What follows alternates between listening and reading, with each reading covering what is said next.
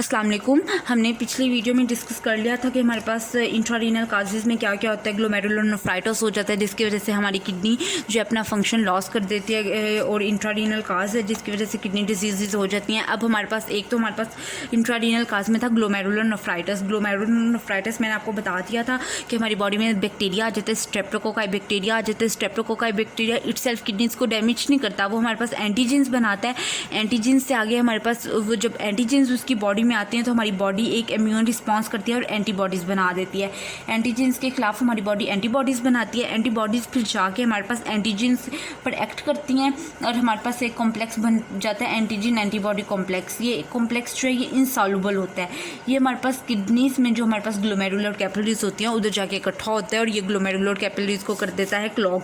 जब उधर कोगुलेशन हो जाती है तो वो ब्लड फ्लो आगे मूव नहीं करता, जिसकी वजह से हमारे नेफ्रॉन्स के फंक्शन लॉस होने लग पड़ते हैं और हमें इंट्रारीनल किडनी डिजीज़ हो जाती है।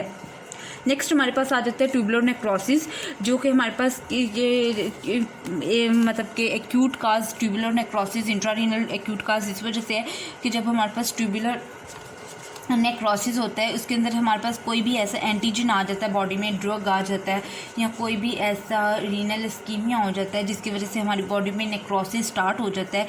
इस नेक्रोसिस एक तो सबसे पहले ये दो तरह का होता है। दो तरह का क्या होता है कि ये हमारे पास होता है, सबसे पहले होता है हमारे पास किसी भी इस्कीमिया की वजह से कि किडनी को ब्लड ही कम जा रहा है।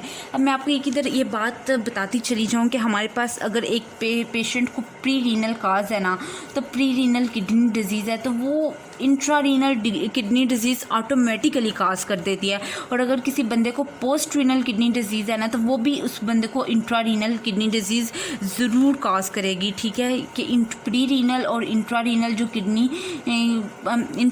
मैं आपको इस तरह हम बताऊँ अगर कि प्री रीनल और पोस्ट रीनल ये डायरेक्टली प्रोपोर्शनल है इंट्रारीनल के, कि अगर बंदे को प्री रीनल किडनी डिजीज़ है तो भी उसको इंट्रारीनल किडनी डिजीज़ हो सकती है, और अगर बंदे को पोस्ट रीनल किडनी डिजीज़ है तो भी उसको इंट्रारीनल किडनी डिजीज़ हो सकती है। इस वजह से इस्कीमिया हमने पढ़ा था कि इस्कीमिया हमारे पास कहाँ होता है। इस्कीमिया हमारे पास होता है जब हमारे पास प्री रीनल किडनी डिजीज़ होती है। इस्कीमिया हमारे पास इफ़ेक्ट करता है नेफ्रॉन्स को इफ़ेक्ट करेगा तो हमारे पास इंट्रारीनल डिजीज़ हो जाएगी। दूसरा हमारे पास आ जाते हैं ड्रग्स आ जाते हैं, कोई भी ड्रग्स आके कि इनका क्या काम होता है। ये नेफ्रॉन्स को ट्यूबुलर नेफ्रॉन्स मतलब कि क्यों हमारे पास नेक्रोसिस स्टार्ट हो जाती है, ये उनकी हमारे पास इफ़ेक्ट करते हैं बेसमेंट मेम्ब्रेन को।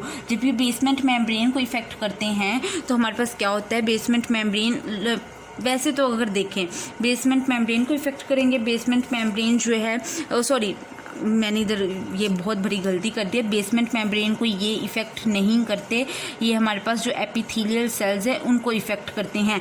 ये क्रॉनिक किडनी डिजीज़ में हमारे पास वो मेरे कॉन्सेप्ट दोनों मिक्सअप हो गए थे। क्रॉनिक किडनी डिजीज़ में हमारे पास बेसमेंट मेम्ब्रेन इफ़ेक्ट होगी। इधर जब हमारे पास एक्यूट किडनी डिजीज़ है उसमें हमारे पास बेसमेंट मेम्ब्रेन इफ़ेक्ट नहीं होती, एपिथेलियल सेल्स हमारे पास इफ़ेक्ट होते हैं। एपिथेलियल सेल्स जब हमारे पास इफ़ेक्ट होंगे तो वो क्या करते हैं, एपिथेलियल सेल्स को बिल्कुल तोड़ फोड़ देते हैं। ड्रग्स हो गई, ड्रग्स में हमारे पास टेट्रासाइक्लिन आ जाती है जो कि हमारे पास एंटीबायोटिक है। उसके अलावा कार्बन टेट्राक्लोराइड, इथाइल ग्लाइकोल, ये सारी चीज़ें आके हमारे पास किडनीज़ को एपिथेलियल सेल्स को इफेक्ट करती हैं।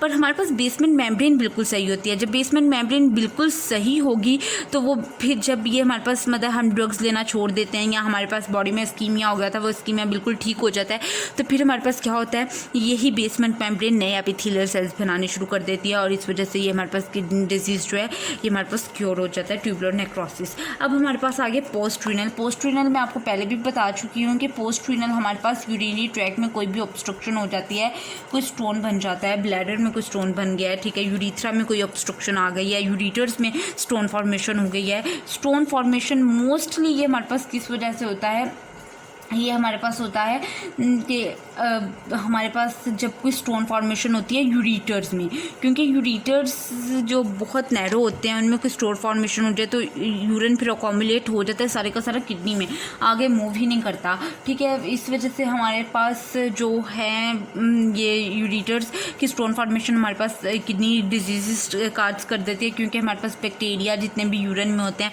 वो सारे किडनीज़ में अकोमुलेट हो जाते हैं और किडनी को डैमेज कर देते हैं। इससे जब हमारे पास इनिशियल किडनी डिजीज़ स्टार्ट हो रही होती है ना, तो हमारे पास बॉडी फ्लूइड कंपोजिशन जो है, फ्लूइड कंपोजिशन वो इतनी ख़ास इफ़ेक्ट नहीं होती, फिर नॉर्मल रहती है। पर आहिस्ता आहिस्ता जब बहुत ज़्यादा किडनी डिजीज़ ये हमारे पास पोस्ट रीनल किडनी डिजीज़ हो जाए, तो ये हमारे पास फिर जो इन फ्लूइड कंपोजिशन है वो चेंज होने लग पड़ती है। अब जो फिजियोलॉजिकल इफ़ेक्ट्स होते हैं हमारी बॉडी में बहुत ज़्यादा हाइपर कैलीमिया हो जाता है। हाइपर कैलीमिया क्यों हो जाता है? क्योंकि हमारे पास ATP जो है सोडियम पोटेशियम पंप वर्किंग नहीं कर रहा है।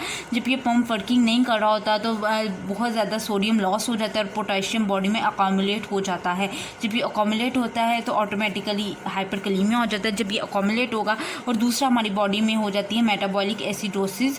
मेटाबॉलिक एसिडोसिस इस वजह से होती है कि बहुत ज़्यादा जो हमारे पास हाइड्रोजन आयंस हैं वो बहुत ज़्यादा बॉडी में अकोमुलेट हो जाते हैं, और ये हाइड्रोजन आयंस जो हैं, जब हाइड्रोजन बाहर मूव करता है तो ये सोडियम को भी पोटेशियम को भी साथ बाहर मूव करवाता है।